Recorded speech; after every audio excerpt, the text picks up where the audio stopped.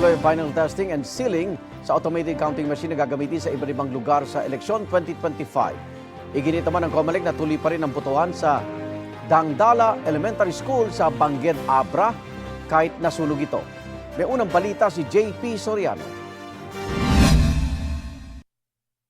Nasunog ang Dangdala Elementary School sa Bangged Abra. Pero giit ng COMELEC tuloy ang botohan sa Lunes. 2 gusali pa raw sa paaralan ang maaaring gamitin at pwede ring magtayo ng makeshift voting center. Iniimbestigahan pa kung sadya ang pagkasunog. Hindi po namin ililipat ang polling place. Yung mga kababayan po natin dyan, huwag po kayo mag-alala, dyan pa rin po kayo boboto. We'll make sure na these people will be accountable. Paano nangyari yan? Rami na nga natin pulisan. In fact, we are already augmented with the military. 2 na po yan. Gross incompetence and gross negligence sa trabaho po nila. And this is dismissible dun sa PNP po natin.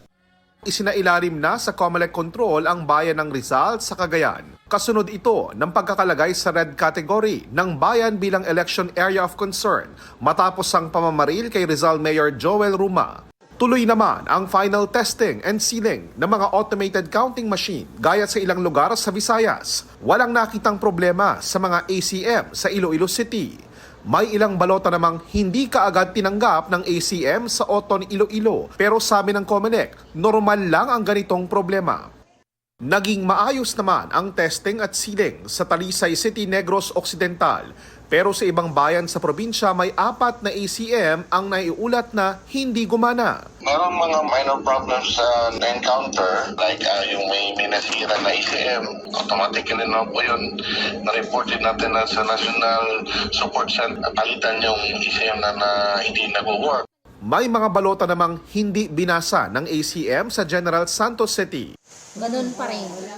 Nasolusyonan din agad ito ng DepEd Supervisor Official at Technical Support Staff. Possibly, ang problema doon is marumi yung scanner. So, ang ginawa namin para ma-solve yun, open namin yung ACM.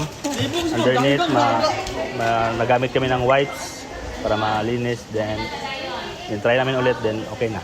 Sa Zamboanga, Sibugay, naantala ang pag-deliver ng mga makinang gagamitin sa eleksyon dahil sa labanan ng mga sundalo at armadong grupo. Yung pagdala ng machine para sa final testing and sealing ay medyo pinahinto po muna natin. Pinahold po muna natin kahit yung pagkukonduct ng final testing and sealing. Sa Cagayan de Oro City, nahulog naman sa bangin ang truck na naghatid ng mga election paraphernalia sa mga karatig bayan. Ayon sa pulisya, nawalan umano ng preno ang truck kaya bumangga ito sa isang tricycle at nahulog sa bangin. Patay ang isang sakay ng truck habang 4 ang sugatan. Naharap sa patong-patong na reklamo ang driver ng truck na hindi pa nagbibigay ng pahayag. Sinusubukan rin kunan ng pahayag ang may-ari ng truck. Ayon naman sa COMELEC, tutulungan nila ang pamilya ng nasawi. Nilinaw naman ng COMELEC na hindi nila ito empleyado kundi tauhan ng kakontrata nilang kumpanya sa paghahatid ng gagamitin sa eleksyon.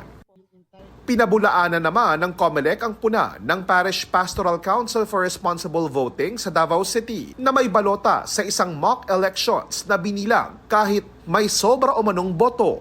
Naglagay po ng square outside ng bilog. Yan po ba ay boto? Sagot, hindi po boto yan. Bakit hindi po boto? Kasi wala po ang pag-shade sa loob. Wala pong tumama sa loob. Ayon sa National Office ng PPCRV, gusto lang subukan ng kinatawan nila ang performance ng makina. Sabay puri sa PPCRV Davao sa vigilance nito. Ito ang unang balita, JP Soriano para sa GMA Integrated News. Igan, mauna ka sa mga balita, mag-subscribe na sa GMA Integrated News sa YouTube para sa iba't ibang ulat sa ating bansa.